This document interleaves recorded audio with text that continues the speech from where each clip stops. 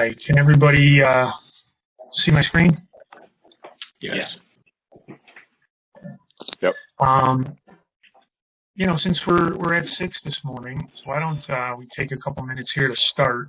And if you guys wouldn't mind introducing yourselves, telling me what industry you're from, and maybe how you've kept your marketing going during the last 7-8 months. Rick, do you mind starting us off? No, not at all. Rick Gosser from Gosser Embroidery Screen Printing, located in Crown Point, and been doing this for 20 years. Been working at home for 20 years, so I don't know what the big deal is. So we do custom embroidery, screen printing. Marketing is a little bit different than me because I'm not out there having to do it full time. So I basically just help people when they need it. When they contact me, I don't need to be out there knocking on doors. So I'm a little bit different than other people. So that's a nice benefit. So sure. Thanks. Darren, do you mind going next? Sure. I'm Darren Hasley. I'm a graphic designer. I've been self-employed for quite some time, and I've worked with Joseph once or twice. But my marketing is pretty minimal. I rely on a lot of word of mouth. I was doing networking, and I've gotten a little bit of success from sending emails, and but I don't have like a social media or inbound marketing plan. So I'm trying to up my efforts a little bit, and am interested in hearing what Joseph has to say. Thank you. Thanks for being here. Brian, you want to go next? Sure. My name is Brian Fry. I work for a company called Heartland. We're a larger company, part of the Heartland's the U.S. brand of a worldwide company, but I serve in the small business sector for point of sale, particularly for retail and restaurant point of sale operating systems, multiple brands, payment processing, payroll and HR solutions. And Joe and I share some customers, but it seems as if I join in on his seminars, I learn another thing that he can serve my customers. So it's always beneficial, and most of the customers that I serve are directly small business owners. So this is very beneficial for me. A little bit of it. All right, thanks, Brian. Tim, you want to go next? Sure. I'm Tim Faley. I'm with Hometown Happenings. We do community events throughout Northwest Indiana.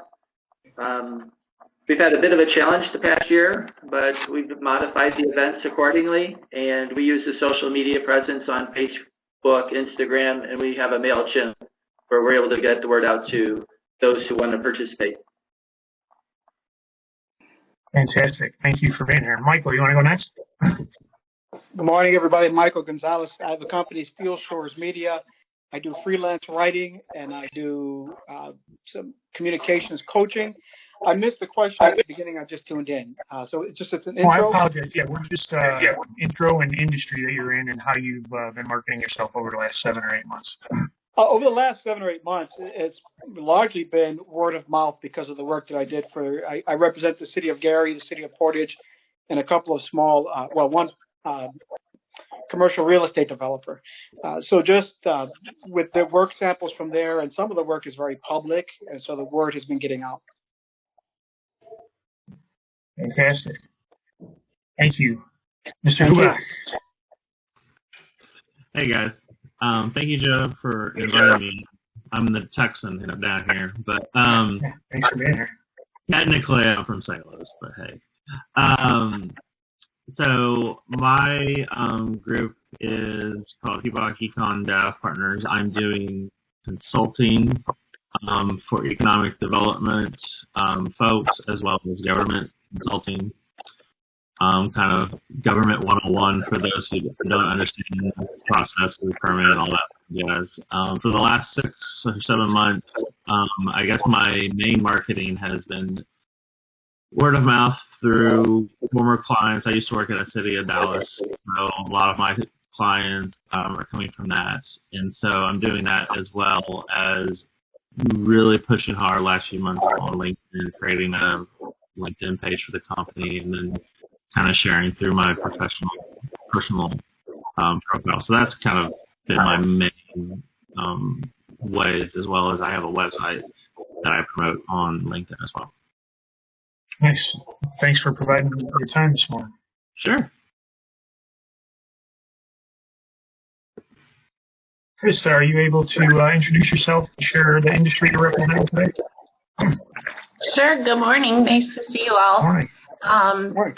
I am an assistant of Jim Bertucci's, a financial advisor in Arlington Heights, Illinois, and I've worked with Joe through the Arlington Heights Rotary and met Jim through the Arlington Heights Chamber many years ago. I was in outside sales in a previous life before children, and now I'm working part-time for Jim and doing his social media, hitting it hard for the year through LinkedIn, trying to prospect that way. But he has a very narrow scope of clients, so it's a little different than what some people might be looking at.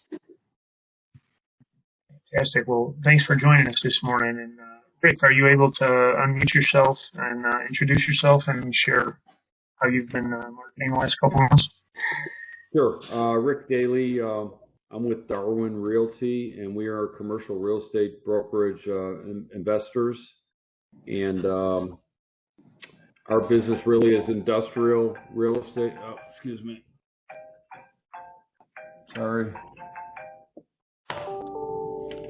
Joe, people just call me. I don't have to.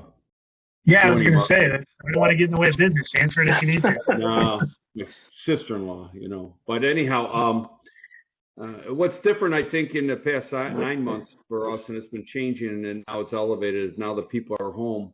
Our way of doing business was we would still do some mailers. We do constant contact, but it would really just be the old school, getting on a phone. Our young guys, but they're having a hard time because nobody's in the office right now. And if you didn't have that the correct person's name and number and cell phone, you're out of luck because the offices are shut down and they're not forwarding it. And, so that's the big change, I would say, in our business and for our, sales team and myself. Absolutely. No, that's great. I think Krista and Rick both brought up questions that we'll address in the Q&A. We've got a couple in the pipe, and I tend to fill the time available, so I encourage all of you. There's a chat function at the top of the screen here. If you guys have questions, I'll check in between slides. Let's keep this as conversant as possible. Otherwise, like I said, I have no problem filling time and taking questions at the end also. With that, thank you. Carmen is muted right now. She's the other attendee. Carmen works with me. She's actually based in Spain, so she probably ran off to check out the Mediterranean or something enjoyable. Yep, good morning for you guys. Oh, there you go. Are you able to introduce yourself? Yeah, absolutely. I'm Carmen. I work with Joe, and like Joe said, I'm out of Spain, and I've been assisting Joe as a project manager in our digital marketing challenges. So nice to meet you, everybody. Carmen has been a wonderful addition to our team, allowed me to focus on our online virtual content delivery as well as the business development that, again, is the unique skill that I bring to the business. With that, I'm going to go ahead and get back to the slides. So make sure we're all here for the right presentation. Whatever you do, don't stop. This is kind of part two. We had good success getting this message out around March, April, with a number of different chambers up and down 294, as well as small business development centers. For that, we focused on the service industry, the restaurant industry, manufacturing. So we did change up the presentation. We focus on a couple other industries, and then we have an information page that's linked throughout the presentation that you can all visit later and get some additional facts and stats.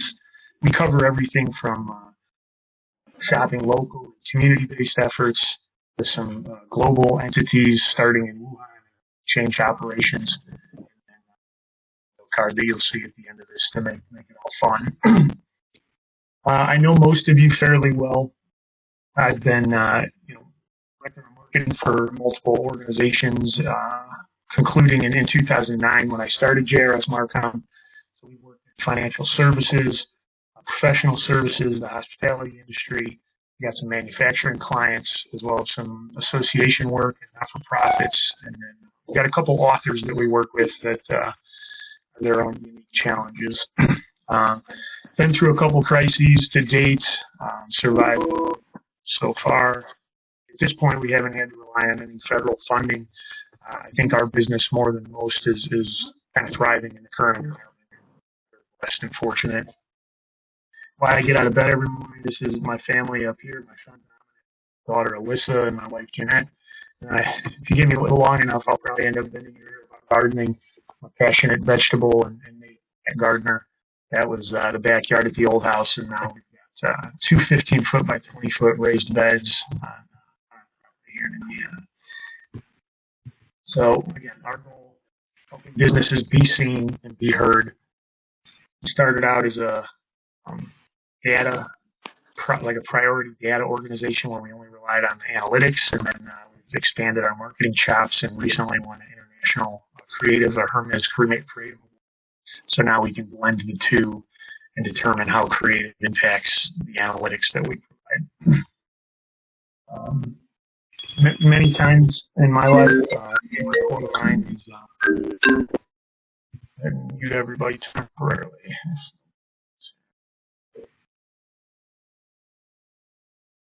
Be able to submit questions via the chat. That just gets rid of some of that.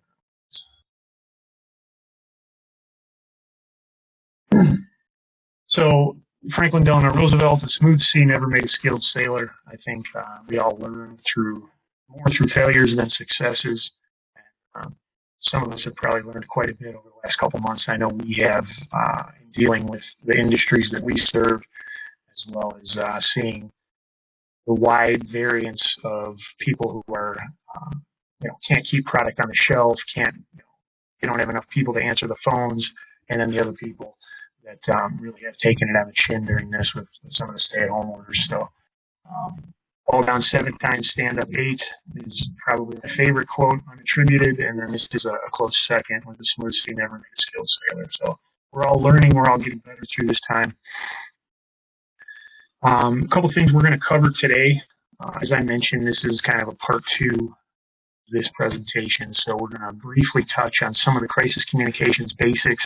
Basically, we can shrunk 5 slides into 3. We're going to talk about the market outlook and where people statistically are still spending their money, and we'll cover industries that are getting it right. Again, this time we're going to focus on healthcare, entertainment, marketing, and retail, and just share some of the things that those businesses, representatives of those businesses, have done to remain flexible, agile during this time. Then we're going to cover some social media opportunities that haven't changed much. Just attended a Search Engine Journal Summit, which is one of the industry leaders that we follow, and all the things we're still doing are best practice and executed by enterprise-level companies. What we do is we bring those tactics down to Main Street America, kind of much smaller scale, tighter budgets, and similar results. Then, what we can do, go into a couple question and answers, and as always, I want to hear from you guys and see how you're handling this. At the end, my goals are to have a base outline of crisis communications. We'll link to the initial presentation so you can get the full framework and then identify things you can be doing now. Ultimately, we want to focus on the positive. Nothing gets done the other way. And then be able to empathize with your customers. What do they need? Whether you're going through the challenges of running a business is irrelevant to them. They want to know how you can serve up your solution, your product, when they need it, how they need it, where they need it. So just a basic cover of crisis communications. Again, crisis affects you. It's not about you. You want to be able to remain relevant in the moment. In essence, how does it impact your customer? Are you able to still provide safety and security in the transaction? Are you able to provide touchless or contactless payment? How does it make their life easier to incorporate your product or service into their day-to-day? A lot of what we're going to be talking about is digital, whether it's your website or social media or paid advertising. That stuff doesn't go away, and oftentimes it can linger positively and negatively. So I want to make sure that you have a reason for saying what you're saying in a post or in an ad, mindful that it's going to reflect well as time evolves. And whenever you're putting out a message, is it a priority? Is it needed by your customer? How's it going to be remembered? And then one of the things we covered in the first presentation was developing a plan and a strategy. This is a link, and I will share these slides with all of you following the presentation. But I encourage you to go. It's a 2-page worksheet, and you can lay out a very base marketing plan, understanding name, address, and phone consistency, the keywords that you're going to be using, competition that you'll monitor, and it's a great framework. Ultimately, you want to be measuring anything you're doing digitally. Is that going to be on Google Analytics? Are you going to be looking at Google AdWords? Are you going to be measuring the insights within each individual social media? And what are you going to be measuring towards? For a full list and a link of the first presentation, again, that's contained here. And ultimately, whether it's good times or bad times, the only constant is change. You want to remember that no matter how things are going now, the only thing we can count on down the road is that they're going to change. So a lot of people that we come across are questioning what they have from a marketing standpoint.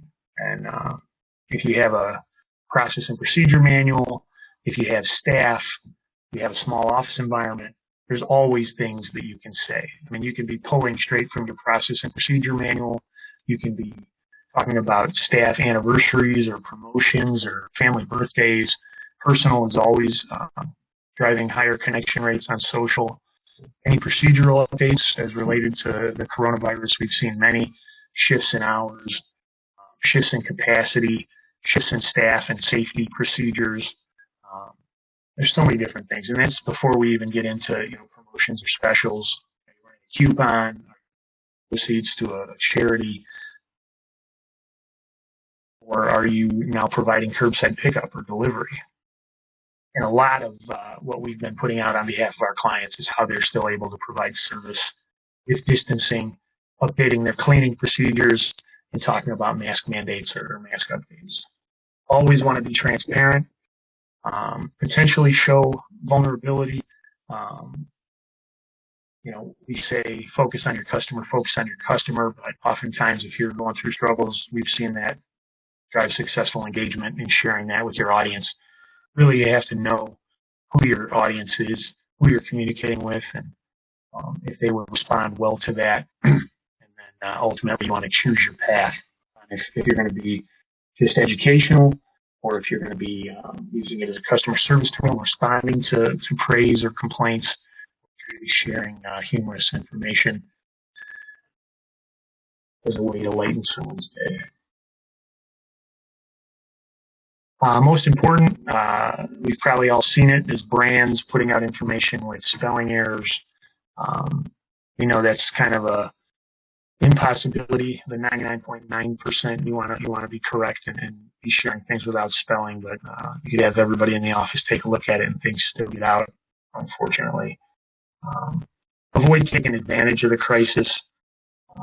We all saw the arbitrage with toilet paper and $7 rolls of toilet paper. Those people that came back by karma. Definitely be showing your altruism and how you're helping versus taking advantage of anything.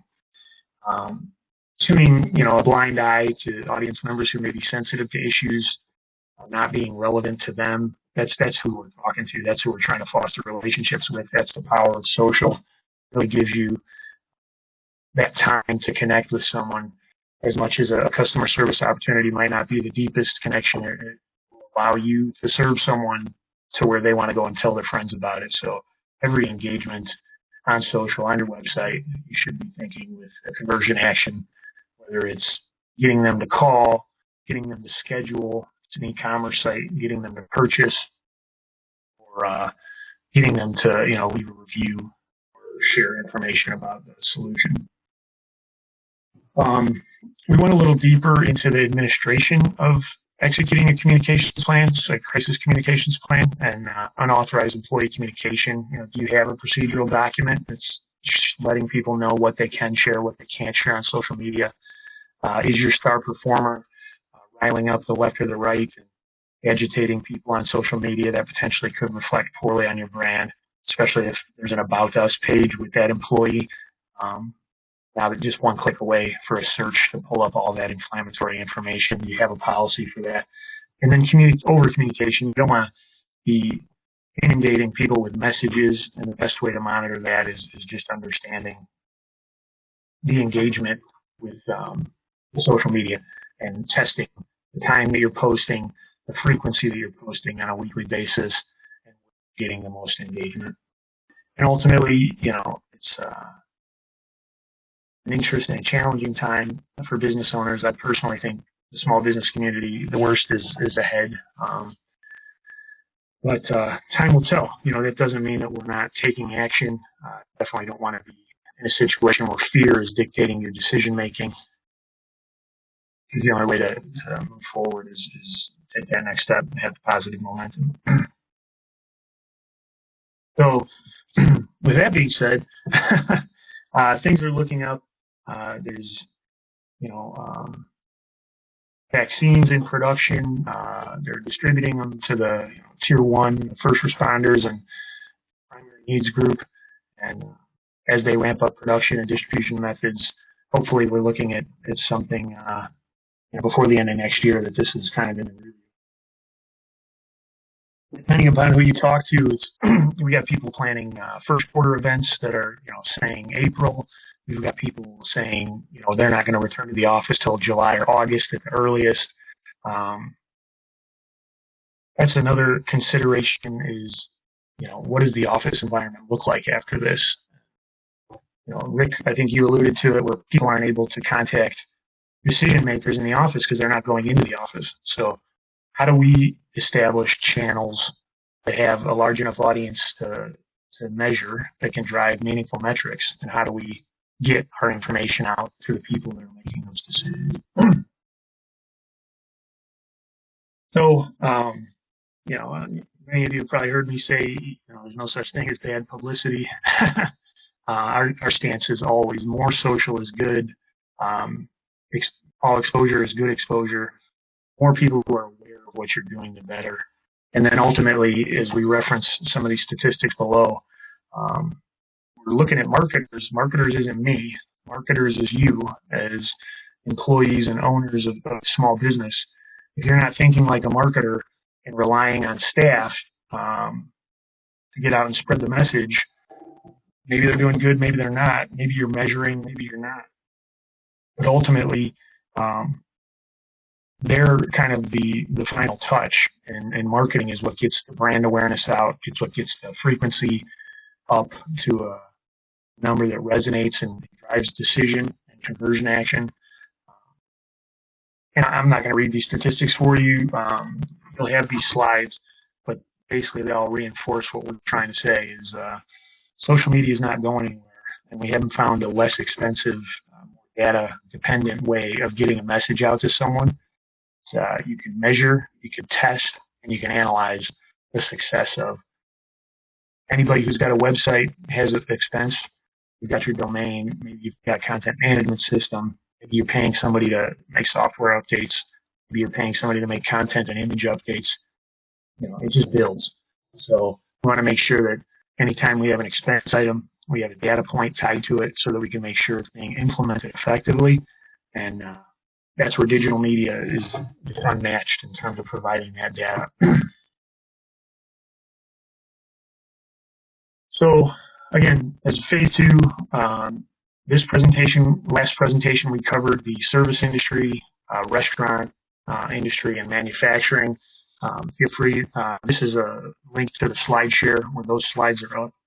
Today we're going to cover healthcare, entertainment, marketing industry, using ourselves as an example, and then retail. As tough as it's been for a lot of retail operators, there are people doing some interesting things in order to stay in the game, so to speak, stay afloat, however you want to phrase it. What I want you to do is I'm glancing over some of these topics is think about your shopping behavior, think about your clients' shopping behavior, think about how these changes have crossed your experience, how they have crossed your potential client's experience, and if it's something that you could be potentially doing as a change to deliver better service, reach more people, to be building a constituency that you can leverage with future promotions. Marketing isn't just a one and done type activity. Marketing is ongoing, and you want to be always building your contact list so that you can deliver emails to people, so that you can serve targeted advertisements using those lists more effectively, and so that you can be understanding what content you want to be creating to better serve those customers. So in healthcare, we cover, a dental practice, chiropractor, your general practitioners, and then fitness facilities, everything from Globo gyms to small boutique facilities, group classes, even individual influencers on social media. Maybe you've been a part of a telehealth appointment. You didn't have to go into the office. Maybe you've been waiting in the parking lot like myself for that phone call to be able to see your doctor because they've limited visits in office. And, maybe there's some other type of concierge level service that experienced. But as much as possible is going contactless. More and more information, whether it's pre-screening or with traits of COVID patients to be on the lookout for, ways to decrease your exposure to risk, ways to increase dental health. One of the chiropractors that we work with was going and sharing on social media prepaid gift cards at different local restaurants. This was early on during the pandemic, wildly successful. They went as the two doctors. They said, we're going to be here at Joe's hot dog stand with 10 $10 gift certificates. The first 10 people to mention our practice get to redeem a gift card and have lunch bought for them. The amount of shares, likes, and comments that went with those posts drove a significant amount of additional traffic to their website, commentary around their social page, and ultimately appointments from that. The fitness facilities, we've been doing online workouts in the garage gym. And again, I may not be a purchaser of that service now, but I'm deepening my affinity for that brand because they're guiding me through a workout during a challenging time. Building affinity may translate into the next time I want to do a class or the next time I need to do some drop-in packs, I buy it from them instead of someone else. So what we have to be understanding in this time is maybe retail transaction activity has diminished, but there's still opportunities to be building brand awareness and developing those relationships and really nurturing through the awareness and evaluation phase of a typical marketing funnel. A lot of the activities that are done are at the top end of that funnel. One of my favorite statistics is 92% of people, first-time visitors to a website, don't take the desired action. So let's say you get 1,000 visits a year to your website, 920 people aren't coming back. So if you're not paying to retarget to those people through Google AdWords and Facebook, you're losing an opportunity, right? You've got their interest. They landed on the page. Maybe you didn't deliver exactly what they were looking for at the time, but that's where capturing their organic, their name, address, phone, and email can let you remarket to them and serve ads throughout the rest of their internet behavior.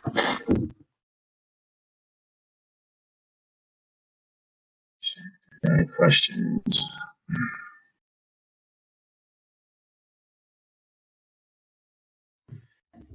Okay, so Brian is asking, can our team time automated marketing messages on social media platforms, or they have to be manually sent out? So we can definitely schedule posts at a particular time. For us, automation means it's usually driven by a action. So if somebody clicks on an email, can we send them a follow-up email on that topic or deeper? That's the automation part. In terms of just scheduling, yeah, we can schedule social media posts at any time. And oftentimes when we're putting out that editorial, putting out 2 to 4 weeks of content ahead of when that goes live. So all of our activity is pre-planned, but I don't know if I answered the question in terms of the automation piece, because that to us means something is being automatically, yeah, okay. Any other questions, please? I'll try and continue to check in between slides.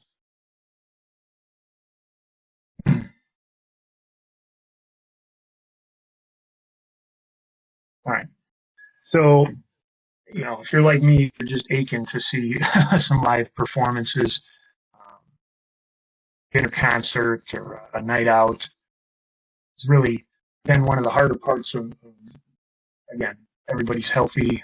We've had no serious concerns. We're able to focus on things like entertainment. I understand that's not the case for all, but one way we've been able to engage with folks from the entertainment industry, both global superstars as well as local performers, is on a tool like Facebook Live.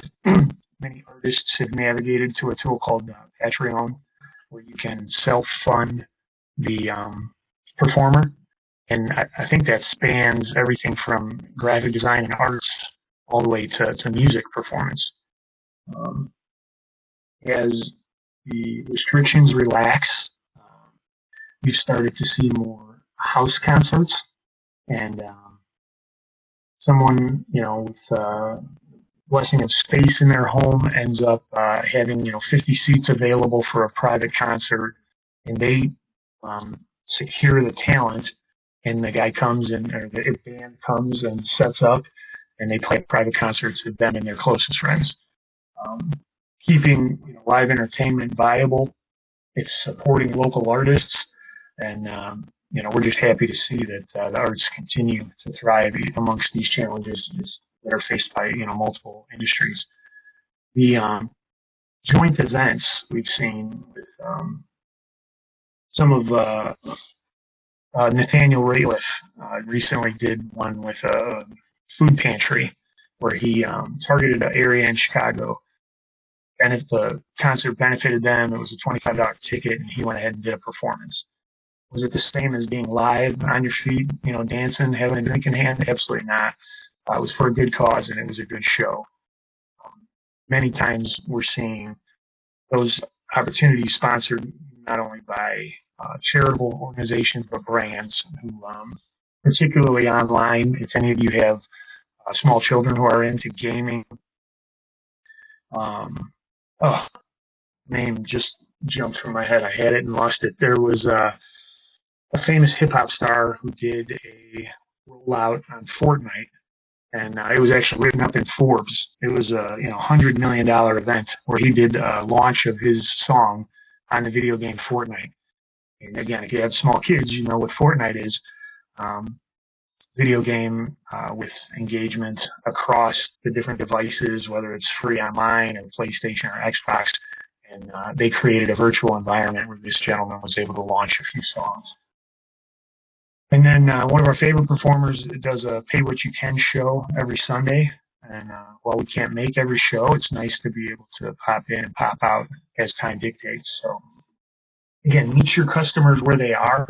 I'm not sharing this to, you know, advocate for the different bands that I like. I'm trying to paint a frame of reference that says, if you're having difficulty reaching the people that make decisions in your business, how do you change? How do you get in front of them? How do you make it more viable? You know, enter that sales funnel and get them into that opportunity, capture their contact information, start a conversation. These are all industries that have been doing that successfully. Marketing, again, online virtual content. We've done presentations historically with organizations, small business development centers, chambers of commerce, libraries, and they've been successful. But one of the early statistics we saw was that online virtual content delivery was going to be a $6 billion industry. So we're like, okay, how can we change that? How can we potentially test whether it's better to partner with an organization or deliver our own content? And that's when we started these series. They've been successful. We had 30 registered for one we did a couple months ago. This had 15 registrants, and I think there's 11 online. We're very pleased with those numbers. And again, we're getting our message out to people who can either participate with us as customers or advocate on behalf of our brand or service. And it's working out great. Deciding to shop local, as a community-based business, both in Arlington Heights and Crown Point. We want to allocate our expenses locally.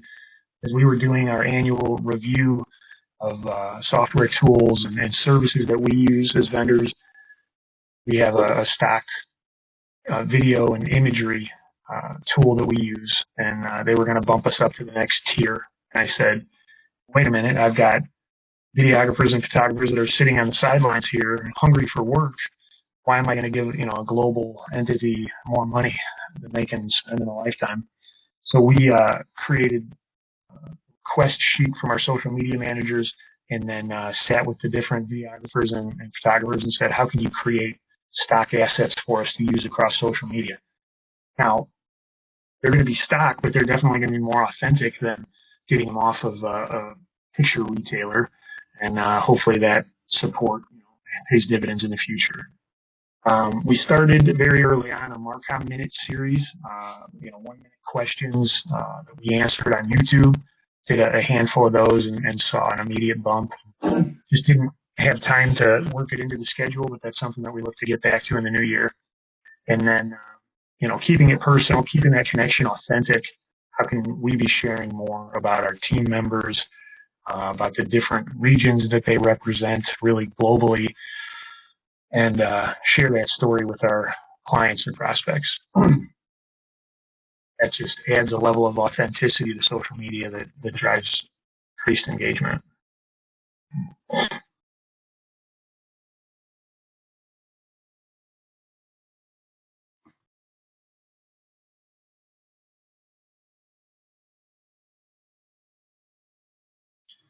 All right, and then, retail.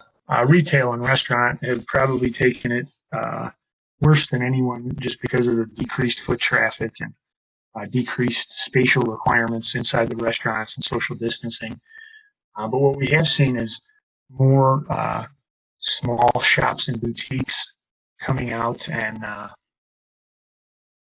representing their brand, whether it's with I don't know who they have that they're taking photos of, but models that are wearing the outfits that they sell, advocating for delivery, curbside pickup. You don't have to come into the store. I'm sure they're flexing their return options. So, if you can't come and try it on, maybe we send you 3 or 4 outfits and you send us what doesn't fit. Promoting different charitable donations. Portion of the proceeds goes to XYZ.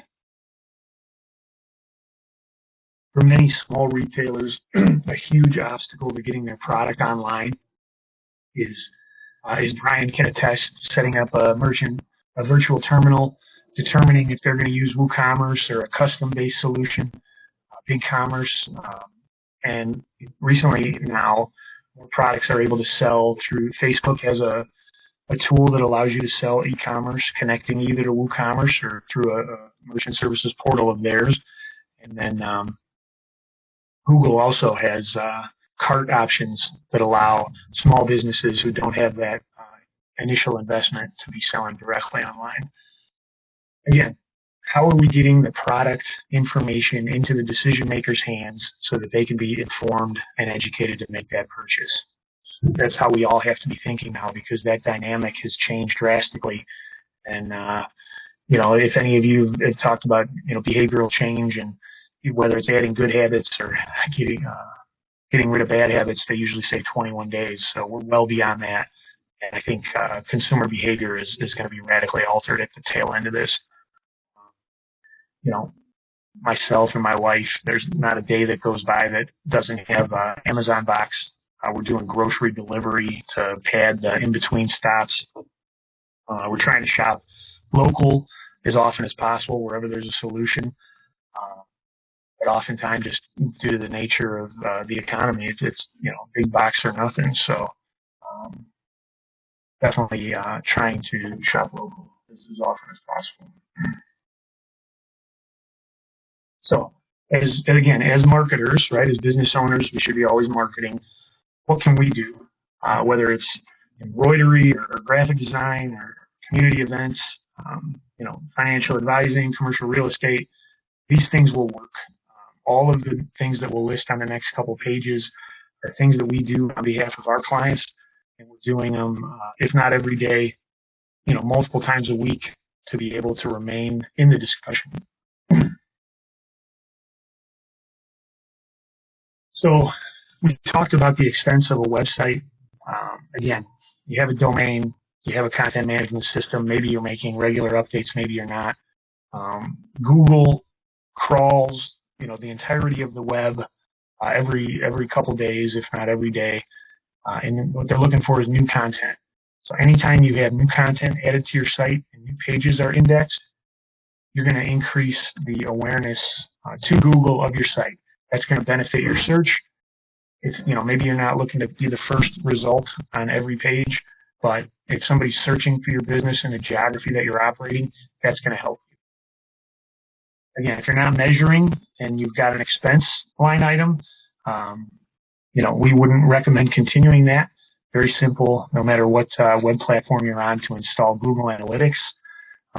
Many of our annual reports pulling directly from Google Analytics, and what we can do is look at year-over-year visits, where those visits are coming from, and if it's an increase, what percentage increase we're looking at, so that the business owner can say, yes, this spend is driving a desired return, and no, this spend is not working. Let's reallocate that or dedicate it elsewhere. You know, if your business hasn't claimed the Google My Business profile, that's, again, a free tool that will connect your business listing, your maps listing, and allow you to post to the Google My Business social platform, which really absorbed Google Plus, where now you can post directly to your Google My Business profile. And this has been a lifeline for companies that don't have that internal communications channel. We're going to be closed today. Boom, I can post it on my Google profile. You know, people aren't being driven to my website, but they're going to go to Google Maps and see that first. So, again, ultimately, we would be posting on our website, across social media, and on Google My Business. But I understand for many folks that's not a reality. You don't have a Twitter account or a LinkedIn account or Instagram. You're just on Facebook. You know, expand. You should always be looking to expand your audience, grow that constituency, and be able to communicate with the people interested in your business more effectively. Instagram has a business profile. LinkedIn has a company page. Twitter, you can just name it, your business. And Facebook, you have your personal profile and your company page. It's important to have all those, especially if you intend to be an advertiser, so that the channels are set up and you're not advertising your business through your personal channel. You know, the growth of TikTok has shown us that short, comical, informational, educational videos are very powerful, and you know, we have the tools in our hand. All of us, I believe, at this point, have a smartphone to be able to capture relevant content in a well-lit environment with clear audio, and be able to share that on your social. You'll start to see more engagements than you would just a typical text post with an image. As you start to build a video library, 1, 2, 3, 7 videos, why not start a YouTube channel and be able to post information relevant to your decision maker? And again, that's going to be different for everybody. You could be advocating on behalf of products and services. You can be talking about internal promotions and staff advancement, further certifications that you're receiving to better serve your clients, industry topics of note, relevant news in your industry. There's so much that we can be sharing that people have a thirst for. They have a thirst for knowledge about your product or service. Are you there? Are you able to satisfy that need and answer that question? All of the social media now are offering like go live opportunities, whether it's Facebook stories or Instagram stories. Twitter has a live feed. Powerful tools that whether it's a quick couple seconds or whether you're live streaming a meeting, so many opportunities to get and stay in front of people. Perfect example, and even we forget as a practitioner, we were live streaming a Rotary meeting last week in Indiana,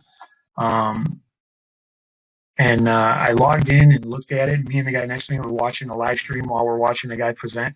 And then all of a sudden, two of my contacts from Illinois start watching. Like, bingo, that is the power of social. Your network, their network. Why are people in Illinois watching information in Indiana? Curiosity. I want to see what we've got going on. They want to hear about the speaker. It really doesn't matter. What matters is that there's information there that they want to consume, and you're either providing it or they're getting it from somewhere else.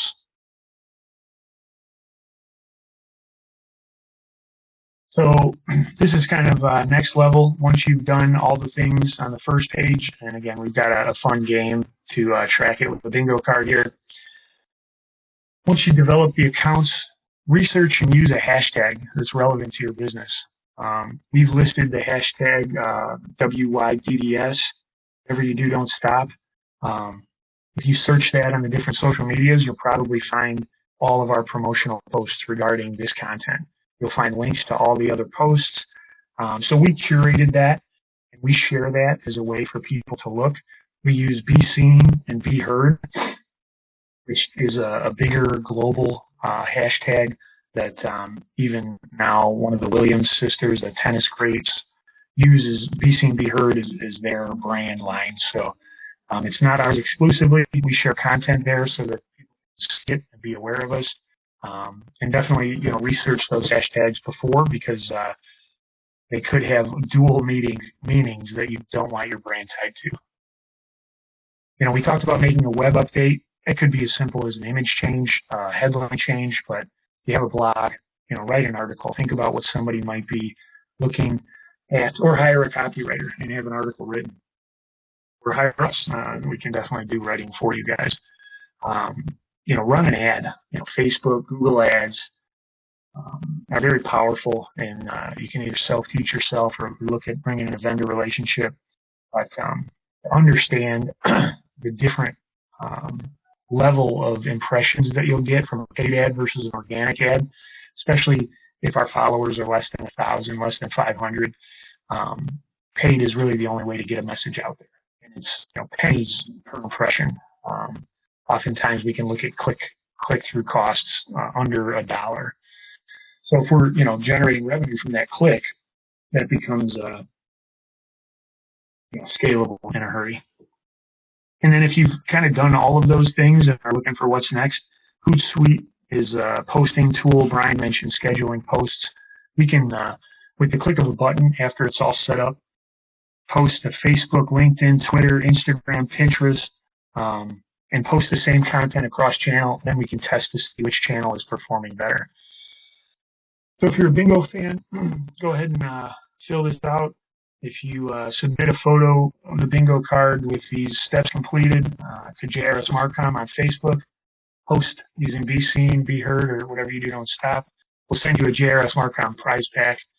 If you do all of them, we'll send you a $100 gift card. And again, this is every one of these steps is going to benefit your business in the long run. Bonus points if you start by filling out the strategy map that we shared earlier. So we're right in an hour, and I've got some Q&A here. I'm going to bounce back to see if we've got any stats on engagement of video. Absolutely, Brian. Great question. Video is 75 to 80% higher engagement than typical posts. It's earth-shattering. For 2 or 3 years now, the growth rates on video consumption, when you look at a tool like YouTube, and try and have a conversation with someone 30 or younger about network television. Like, what? They won't even know what it is. It's, oh, I watch this show here and this show here, and Twitch and YouTube, and well, I watch a live streamer and I listen to a podcast. It's so much harder to get that message. Again, there are tools that allow us to deliver advertisements to those content delivery networks, but in terms of social media, which has been one of our focuses today, the numbers are there for small business owners, right? Potentially you hear a lot about TikTok and, oh, you got to be on TikTok. And, well, TikTok's a global audience. So does Joe's Meat Market in downtown Crown Point, is there any benefit for them being on TikTok? If they want to reach 4 16-year-olds in Indiana, maybe. But unless you're a global player, the opportunity there is kind of missed. The other social media have reached mass consumption where you're able to target by zip code, LinkedIn and Facebook specifically. And more importantly, you can target by position on LinkedIn. So, I'm looking at John and Rick, right? If I want to target property managers, I want to target economic development coordinators with 10 years of experience working for municipalities, we can run content that only targets those people. If it's more business to consumer, now we can talk about, campaign ads for April elections targeting Arlington Heights 60004, 60005, and only serve ads to those zip codes. So it becomes a challenge of, how you allocate your budget and what results you're looking for. And that's why we always start with strategy and recommend anybody, executing these steps on their own do that as well.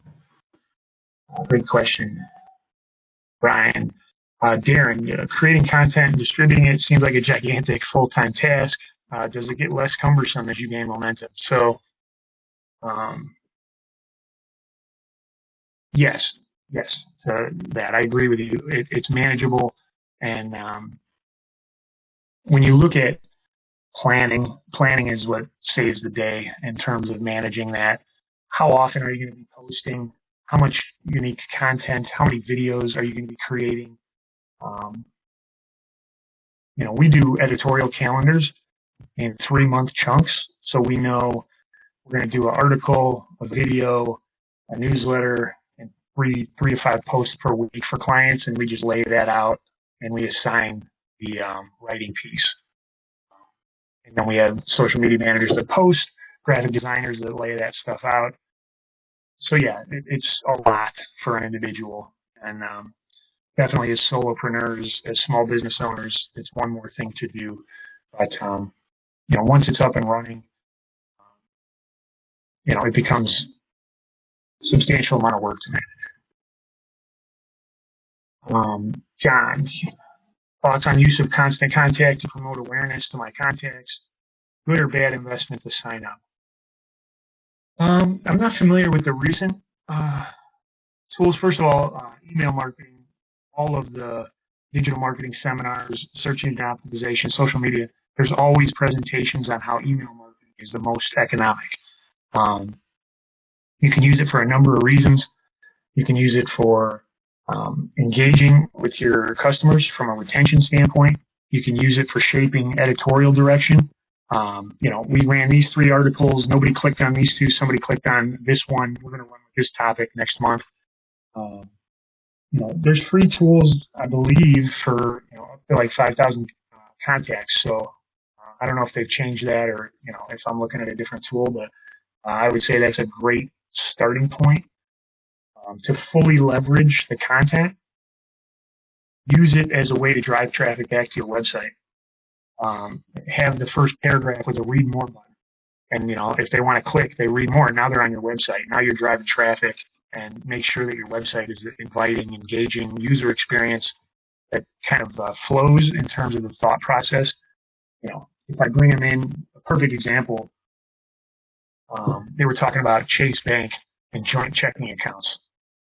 If I send somebody an email about joint checking accounts, and then I have them land on a page with photos of individuals, a minor artistic thing, but I'm looking for families, I'm looking for life partners, I'm looking for kids, because it's a joint account. Why would I have imagery of an individual?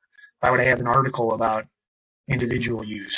Focus on how somebody's going to get from point A to point B, with the end point being a conversion action, whether it's purchase or form fill. Content doesn't have to be extensive and overwhelming. Context and goals can help streamline process.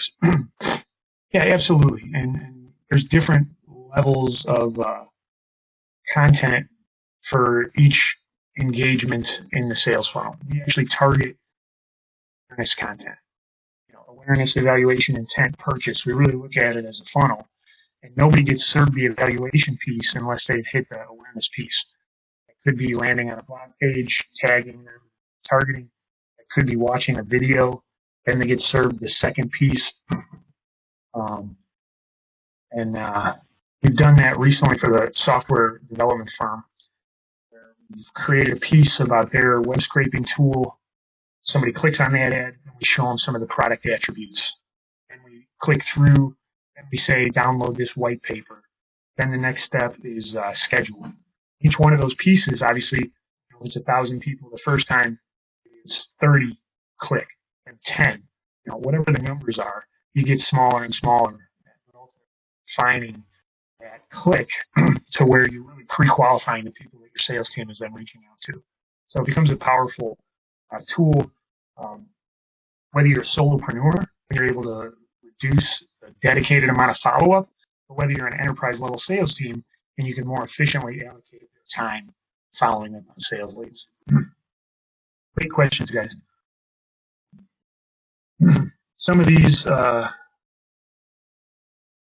going to come up in the next section. So this was some association work that we've done. We run on dues, sponsorships, and events. Can't market events that they've yet to reschedule.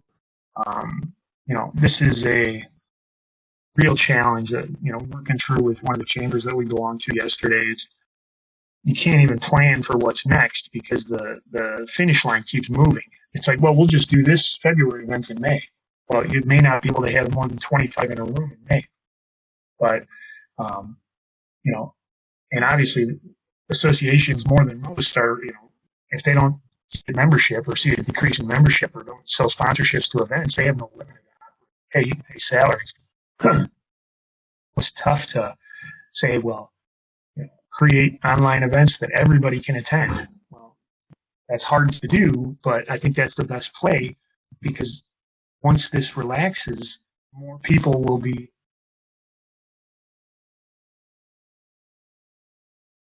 I just had a call. Did that bounce my audio? Can you guys still hear me? Yeah? Okay. Thank you. So, you got to be building affinity so that more people are aware of your organization, more people know that you have upcoming events in the pipeline. People understand the value of, whether it's virtual or in-person networking, and start to offer some education events around members. So now you're getting member exposure as well as building value for potential prospects. So it's a tough play, and obviously you can't give away your product forever. But if people aren't spending on buying, then you switch to branding, or you switch to event, or you switch what you're promoting. But, you want to be still creating casting a wide net for that awareness piece. This maybe touches on Darren's question: how often to provide content? What are people looking for most? One of the exercises in that project strategy map that we linked to earlier in the presentation is client personas. And oftentimes we're using credit reporting data. They lay out demographic information based on purchase behavior, and it's very targeted, very accurate. But most importantly, what we do is we sit with that client and say, if you were going to have your ideal customer walk through the door, what do they look like? What would they be wearing? What would they drive? What radio station would they listen to? Do they have kids? Are their kids in college? Did they go to college? You start asking all these questions so that you have that persona, and ultimately you test the frequency of your content distribution and see what's getting more engagement.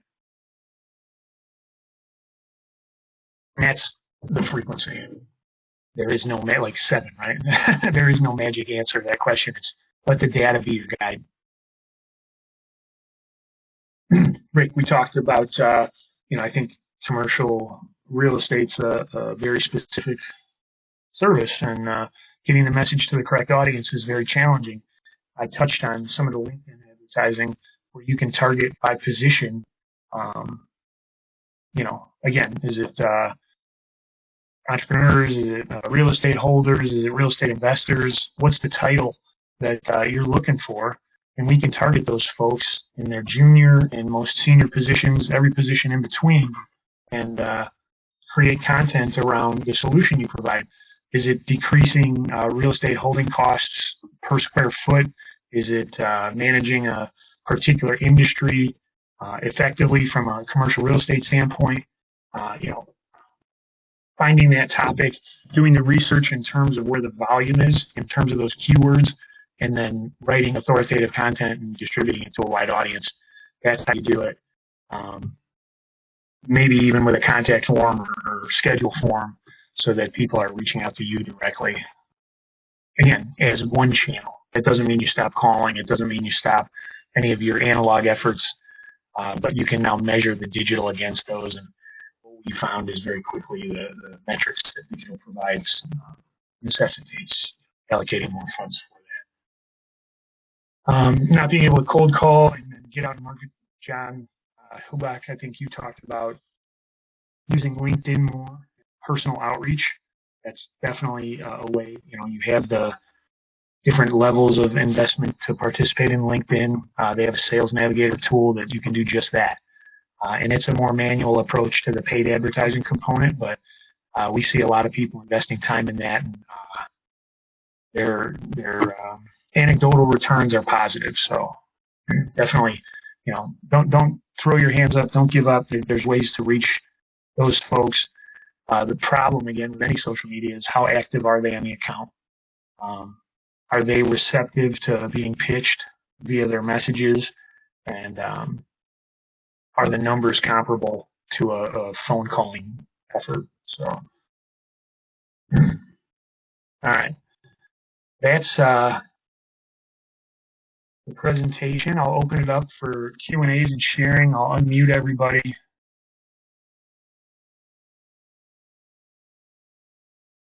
Yes. Jump in with any questions. All right. If nobody's got any additional questions or commentary, then I have something I'd like to just offer. Yeah. If we go back to the content discussion, I know that last year, I think probably the entire year, I was in crisis communication mode with a couple of the clients. One in particular was the city of Gary. Now, if you can imagine, with COVID, and then we had the protests based on police targeting or justice. I guess it depends on which side of the discussion you're on.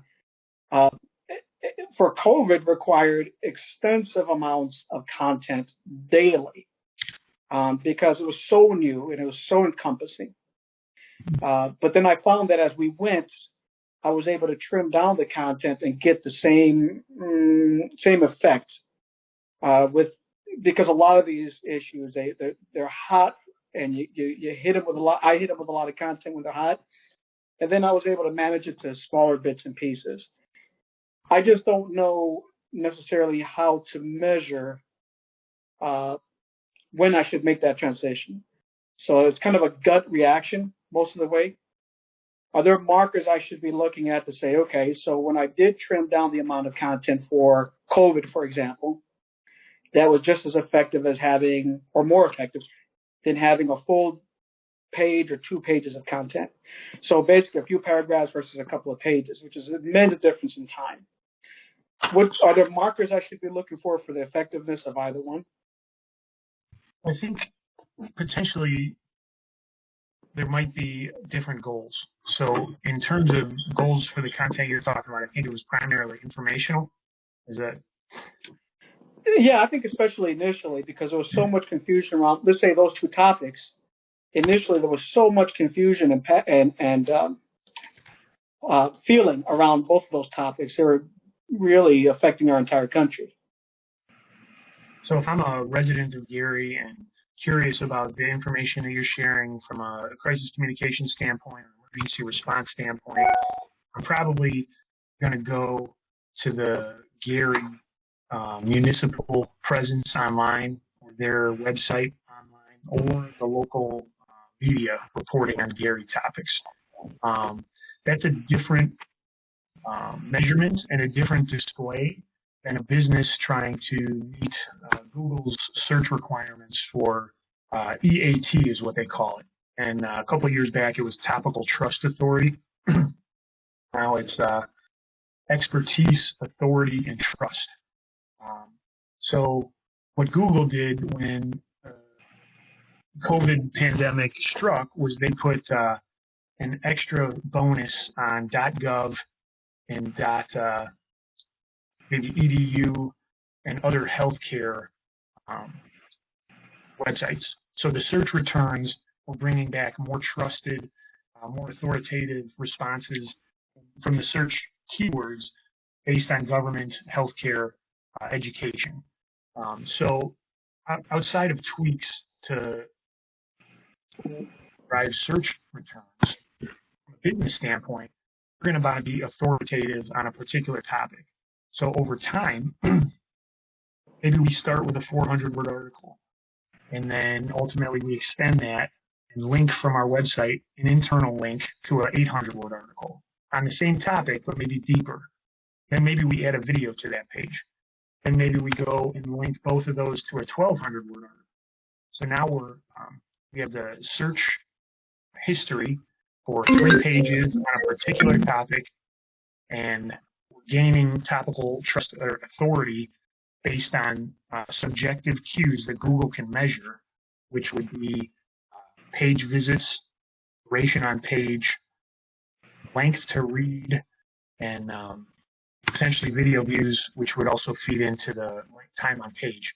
So what Google sees is I'm going to go to the website and I'm going to be there for 10 seconds. I'm going to leave without taking any additional action. Google says, whoa, whoa, whoa, this did not satisfy the query we were looking for. They're looking to provide an answer to. If I land on a website and I stay there for a minute and a half, 2 minutes, Google's going to assume that the content was laid out well. There's factors that dictate that. They're going to assume that I had my query satisfied as a visitor to that web page, and that I engaged in the content, maybe even clicked through a couple pages. So a little bit different than an informational page where I would think that every day with that volume of content that you're pushing out, there's different components to those stories, there's fact updates, etc.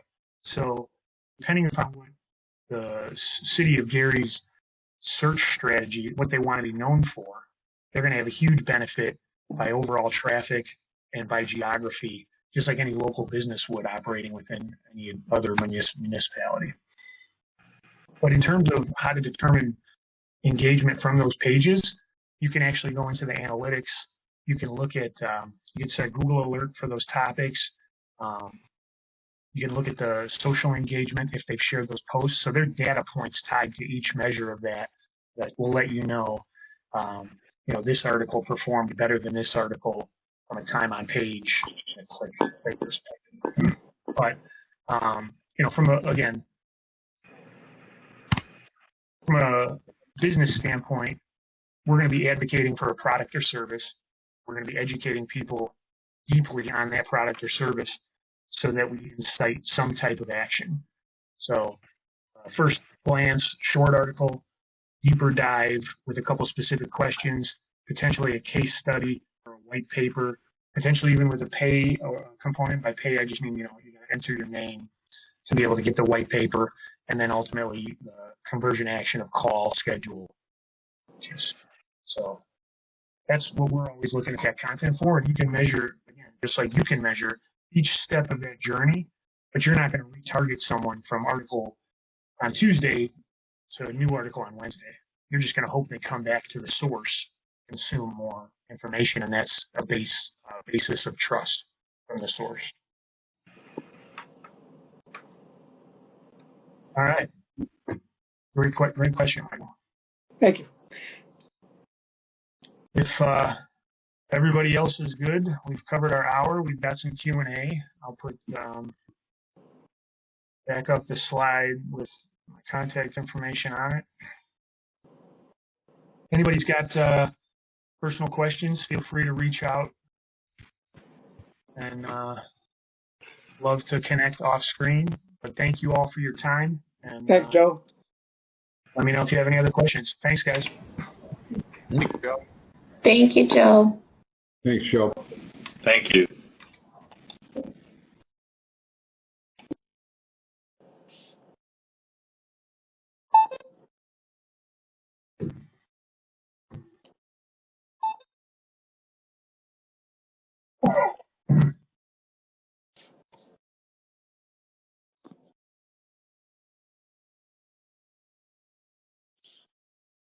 All right, guys, I'm jumping off. Have a good one. I'm trying to jump off, I believe.